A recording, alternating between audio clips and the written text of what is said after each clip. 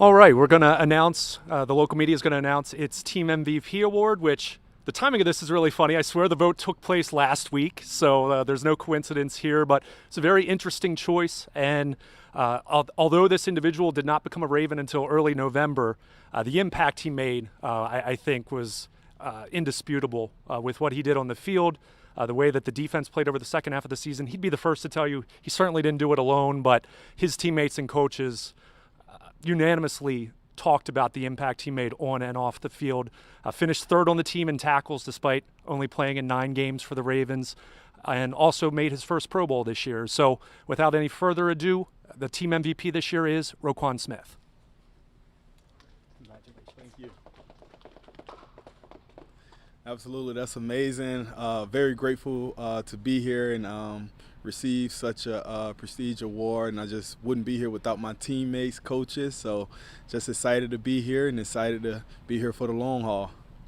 Roquan, just what about Baltimore made you want to stay here for the next 5 years? Honestly, man, when I first got here, just being around teammates, the coaching staff, everyone, how they made me feel so welcome once I first got here, and it's like felt like home right away. And like when you feel like that, it's like, man, I want to be here for the long haul and make a positive impact.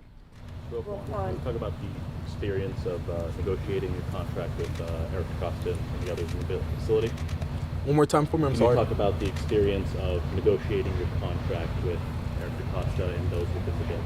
Yeah, absolutely. It wasn't an easy process, but I have the utmost respect for Eric. I think he's a very fair, honest guy, and a lot of times people say, "Oh, players can't negotiate without agents and things like that," and that's not something I truly believe in, because talking with Eric throughout the process, like I said, he was honest, kept his word, and man, I got a lot of respect for him, and I can't thank him enough for actually being fair and seeing the value in me and making this happen and making Baltimore home for me. So I'm just extremely excited to be here and call this place home and to be rocking out with my GM.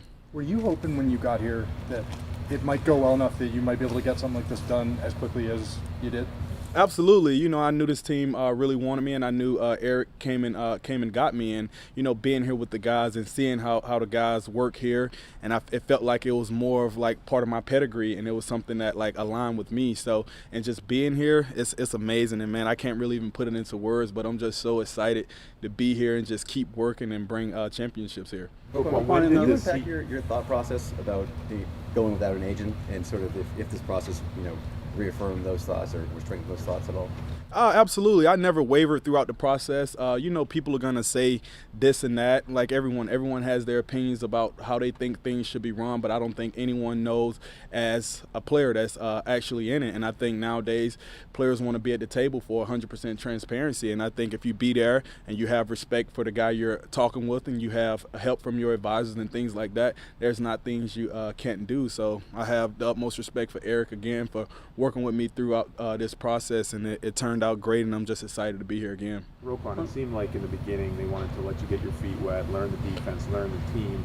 When did these talks heat up, and how long would you say has this process gone on before you reached the deal yesterday? Yeah, absolutely. And the process kind of started like mid-December around that time. So it got finished pretty quickly and was focusing on ball, and then on off days and things of that nature. That's when we was getting it done. So it's amazing, and I'm just excited to be here, man, and keep working and bring championships here. So I was going to ask you, so that's it. You're in the middle of a season now, right? And you have no agent doing it. So you would discuss on off days or after hours on team trips. When you and Eric actually sit down? Yeah, we sat down a couple times, as well as like with emails and things of that nature, and just being able, when I'm in my off time, like Mondays, those are off days. Tuesday, there's like a half a day there, so you can find time for those things, and like that's all part of the business. That's something that I took upon myself, so it's awesome, and I'm just excited to have it over with. So now I just can focus on being Cincinnati this week. Roquan, Patrick. You were just 2 months away from hitting free agency. Was there any part of you that wanted to see what was out there on the market, or did you know early on, I want to be here? Absolutely. Like, I knew free agency was out there, but that wasn't my main focus, because I have a lot of respect for EDC for coming out and getting me from Chicago. So that meant a lot meant a lot to me, like knowing someone that actually came out to get me. Because, you know, get out in free agency, yeah, May could have got more and things like that, but I'm happy where I'm at, and I want to be on a team that has a chance to compete year in and year out to hoist the Lombardi. So that's my main goal, and that's my main focus. And I knew this place was a place that I can like do that year in and year out. So wasn't really worried about free agency. I was just more focused on getting a deal done here because I love it here so far, and with all my teammates and stuff, and how awesome they are and how they've been to me and everyone around the building.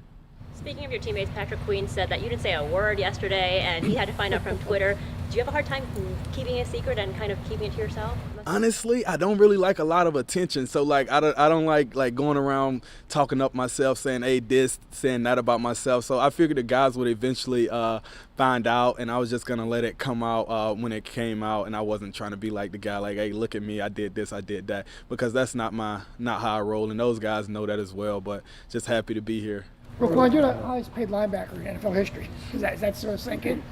I don't think it's really sunk in, but like, man, it's crazy just knowing, like, you know, where I grew up at, and like such a small town, such a small rural town, Southwest Georgia, Marshallville, Georgia, population like 1,100 right now, no stoplights, anything. So just being a kid from that environment and just, you know, putting my mind to things and just knowing that anything is possible if you put your mind to it. And for all the kids back where I'm from in Macon County and all, like just knowing that there's so much more out there in life outside of what's in that small town. And man, thankful for everyone that's helped me be in this position that I'm in, and like making my dreams come true and living it out, man. But it's an amazing feeling, and I feel like I'm just getting started, and I just want to continue to do my best and just keep getting better year in and year out to bring many championships here. Roquan, you know the attention that Lamar brings.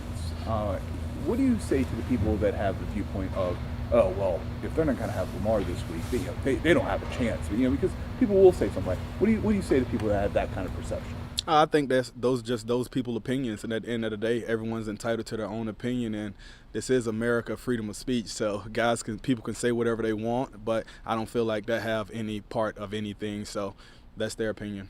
Jeff, we'll do the last one. Roquan, there seemed to be a lot of talk from their locker room.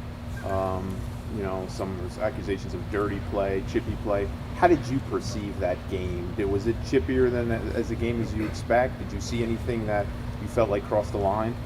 See you Sunday night. Absolutely.